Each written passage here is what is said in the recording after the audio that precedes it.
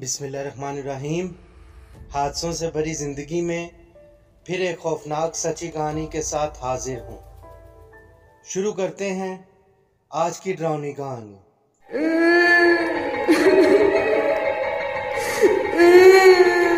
आसिफ बहुत खुश था।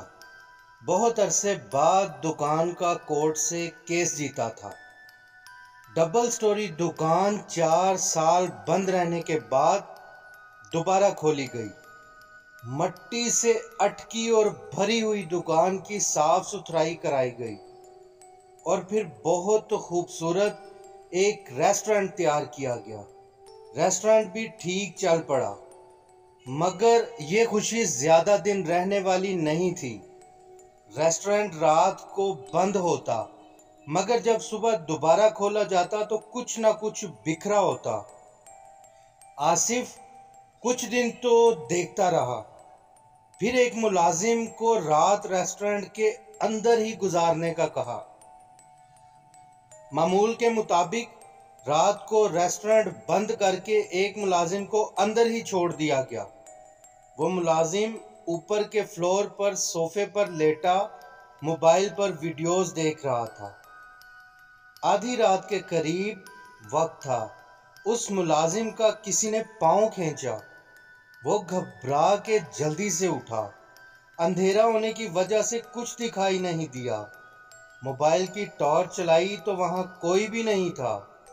कुछ मिनट्स बैठकर देखता रहा, फिर अपना वहम समझकर वापस लेट गया। मगर यह वहम नहीं था, वहां आसिफ के मुलाजिम के अलावा भी कोई दूसरा मौजूद था।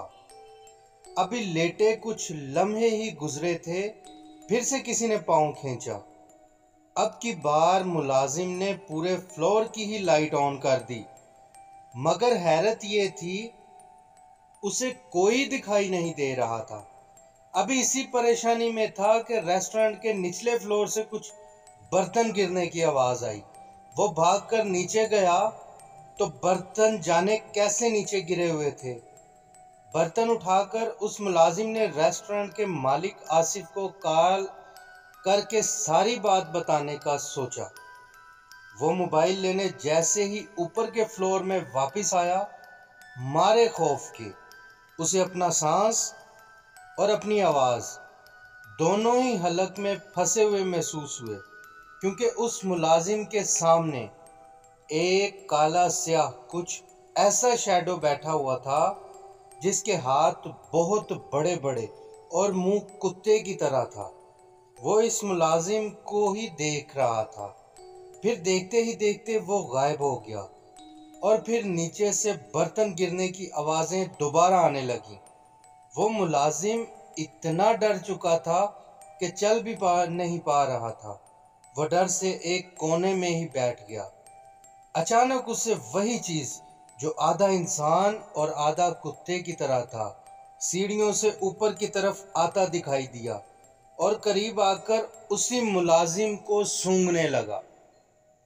सूंघते हुए उस चीज ने अपने मुंह से मुलाजिम की टांग को पकड़कर झटका दिया।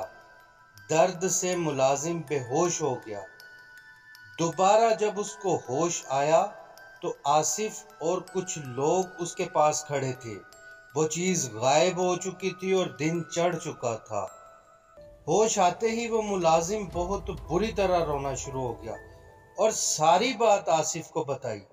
वो मुलाजिम इस कदर डरा और घबराया हुआ था, बात बताकर वो वहां से काम भी छोड़कर चला गया। उस दिन रेस्टोरेंट बंद रहा। आसिफ ने एक दरवेश को सारी बात बताई। वो दरवेश रेस्टोरेंट पे आसिफ के साथ आए। बाहर से रेस्टोरेंट को बंद कर दिया गया। दरवेश ने आंखें बंद करके पढ़ना शुरू किया। आसिफ भी करीब ही बैठा था।